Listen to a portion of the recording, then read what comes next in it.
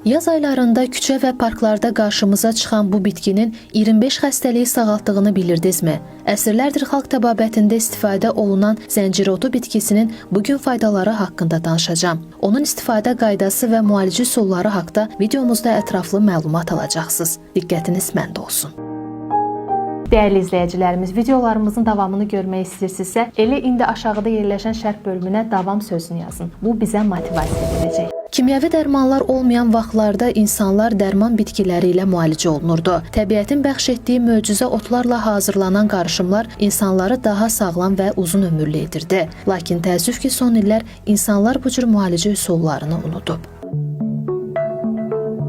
Misal üçün, leykoz termini eşidəndə dərhal ağlımıza kimyəvi terapiya, bahalı dərmanlar və çoxlu pul tələb eləyən həkimlər gəlir. Amma gözümüzü açıb ətrafa diqqətlə baxsaq, həyətyanı ərazilərdə və bağlarda qarşımıza çıxan adi bir otla biz bu xəstəliyi müalicə edə bilərik. Zəncirotu. Bu bitkinin yarpağı, kökləri və çiçəkləri leykozla mübarizədə möcüzə yaradır. Zəncirotu kökləri üzərində aparılan tədqiqat zamanı onun leykozun 3 növünü məhv etdiyi aşkar olunub. Deməli, bu bitki 48 saat ərzində xəstə hüceyrələrin 95%-ni məhv eləyir. Bəli, düz eşitdiniz, tam 95%-ni. Windsor Xərçəng Araşdırmaları qrupunun əməkdaşı onkoloq Karolina Ham leykemiyadan əziyyət çəkən və kimyəvi terapiya prosedurunun müsbət nəticə vermədiyi yaşlı bir pasiyenti ilə bağlı təcrübəni bölüşüb. Yaşlı xəstəyə zəncirotu köklərinin çayını içməyi başlamağı tövsiyə edib. Bir müddətdən sonra onu müayinə edən həkim nəticədən dəhşətə gəlib. Onun ümumi vəziyyəti yaxşılaşmağa doğru getməyə başlayıb. Deməli, bu çay xərçəng hüceyrələrinə nüfuz edərək onları 48 saat ərzində yox etməyə qadirdir. O, eyni zamanda yeni sağlam hüceyrələrin yaranmasını da stimullaşdırır. Bir çox tədqiqatların nəticələri təsdiq eləyir ki, zəncirotu melanoma, prostat vəzi və xərçəngin bütün növlərini öldürməyə qadirdir.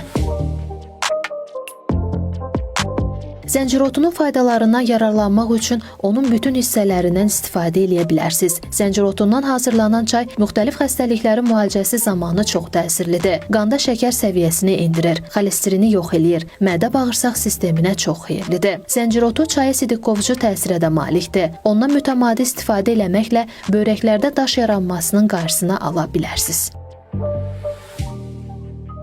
Hazırda Fransada və İtaliyada zəncirotu sənaye bitkisi kimi yetişdirilir. Biz isə küçədə yeriyərkən belə ona rast gəlmək mümkündür. İlıq və yağışlı yerlərdə daha çox məhsuldar olan zəncirotu günəşi çox sevir. İndi də gəlin sizə bu möcüzəvi bitkidən hazırlanan çayı təqdim edeyim.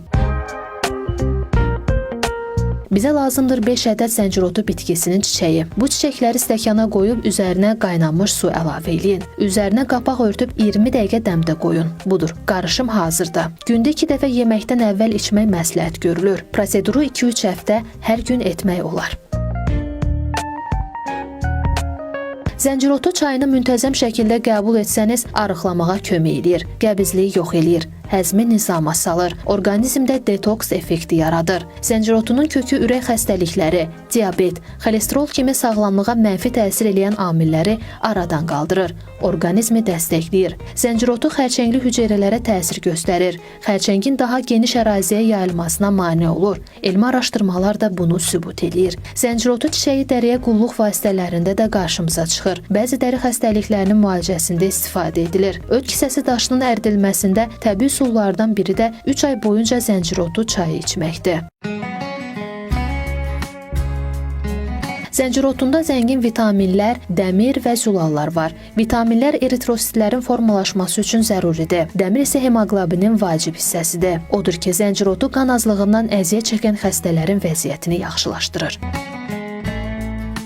Tərkibindəki zəngin kalsium sümüklərin möhkəmliyi və inkişafı üçün həyati vacibdir. Zəncirotu sümükləri yaşla bağlı aşınmalardan qoruyur. Qığırdaq toxumalarının bərpası üçün hazırlanan xüsusi dərmanların tərkibində zəncirotu var. Bu dərman tamlığı pozulmuş qığırdaq toxumasının bərpa edilməsi üçün hazırlanıb və onların strukturunun bərpasına, hərəkətin normallaşmasına kömək eləyir.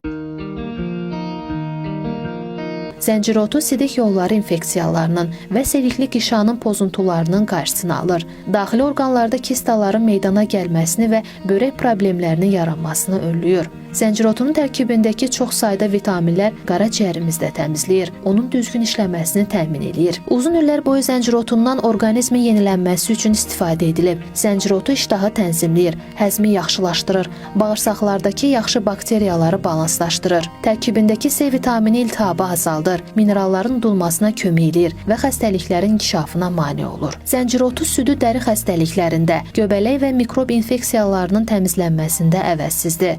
Ekzema, qaşınma və digər dəri xəstəliklərinin öhdəsindən yaxşı gəlir. Həkimlər Antarktidadan başqa dünyanın hər yerində bitən bu bitkinin xəstəliklərlə effektiv mübarizəsi qarşısında ənənəvi tibbin aciz olduğunu bildirir və hər kəsin ondan istifadəsini tövsiyə edirlər.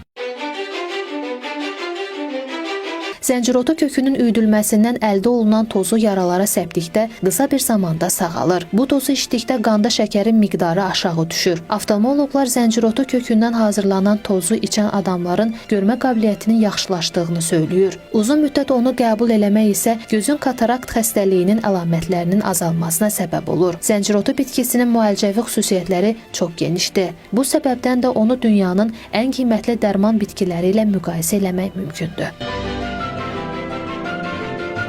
Yuxusuzluqdan əziyyət çəkənlər də zəncirotu çayı dəmləsələr yaxşı olar. Bu çay sayəsində yuxuları dərin və keyfiyyətli olacaq. Qan dövranını sürətləndirən çay bağırsaqlardakı parazitləri orqanizmdən atacaq. Həzm sisteminə müsbət təsir göstərəcək. Arıqlamaq istəyənlər isə zəncirotu çayından mədəd uma bilərlər. Bəzi xalqların mətbəx ənənəsində zəncirotu yarpaqları salatlara qatılır. Çiçəklərindən isə mürəbbə və kompot hazırlanır.